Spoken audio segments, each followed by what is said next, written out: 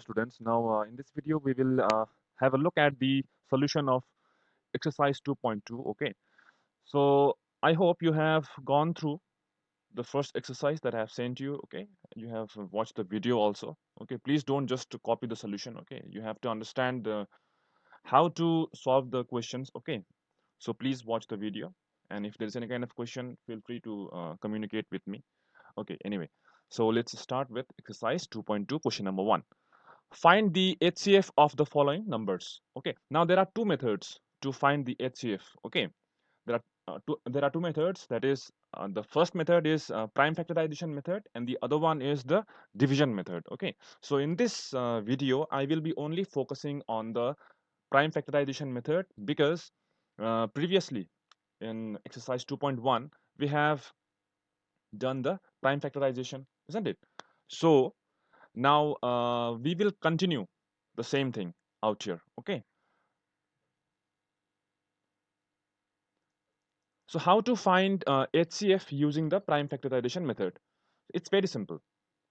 We already know how to find this prime factorization. Okay, so first you will find the prime factorization of 75. Okay, this one 75. Okay, and then 150. Okay, so I will not explain how to find this prime factorization. Okay, so after finding the prime factorization, okay, you will write the factors that you have found just now. Okay, so the factors are 3, 5, and 5 of 75. Okay, so that is 3 into 5 into 5. Okay, and for 150, it is 2 into 3 into 5 into 5. Okay, so 2, 3, 5, 5. Okay, now you just have to find the common factors. Okay, by common, we mean a number which is present in both the numbers. Okay, that's why we call it common. Okay, so as you can see out here that this 3 is common, okay, in both the numbers. Okay, and again this 5. Okay, and again we have another 5. Okay, so we will just write the common factors. Okay, so there are see, have a look at this 3. Okay, so this 3 is present in 75 as well as in 150. Okay, so 3 you can circle, okay, uh, with your pen on your copy, okay, when you do the question. So there is 1 3. Okay, and again 5, and again this one. Okay, so now you just have to multiply this. So 3 into 5 into 5, it will be 75. Okay,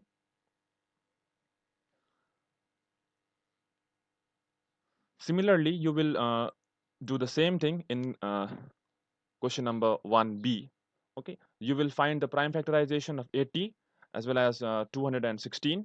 Okay, so after finding the prime factorization, you have to again find the common factors. Okay, so whatever are common, okay, whatever are not common, okay, the uncommon numbers should be ignored. Okay, so you will just multiply the common factors and you will get your HCF as answer. Okay, the same logic will be applied in question number 1c. Okay, and question number D also. Okay, 72 90. You will just find out the prime factorization. Okay, and only include the common numbers. Okay, whatever are common. Okay, so this is how you will find HCF. Okay, so finding HCF is very simple. Now question number 2a, you have sorry, question number 2, find the LCM of the following numbers. So how to find LCM? Okay, now we know how to find prime factorization. Okay, we know, isn't it? So after finding the prime factorization, you will first have a look at the common numbers. Okay, whatever are common. So 3 is common out here, so you will write 3. Okay, and again 5 is common. Okay, so you will write 5. Okay, so after writing the common numbers, you will include those numbers which are not common. Okay, so just like in HCF, what we did, okay, what we did in HCF, okay, in HCF we will only write the common numbers, okay, but in LCM what we do is we will write the common numbers as well as the uncommon numbers. Okay,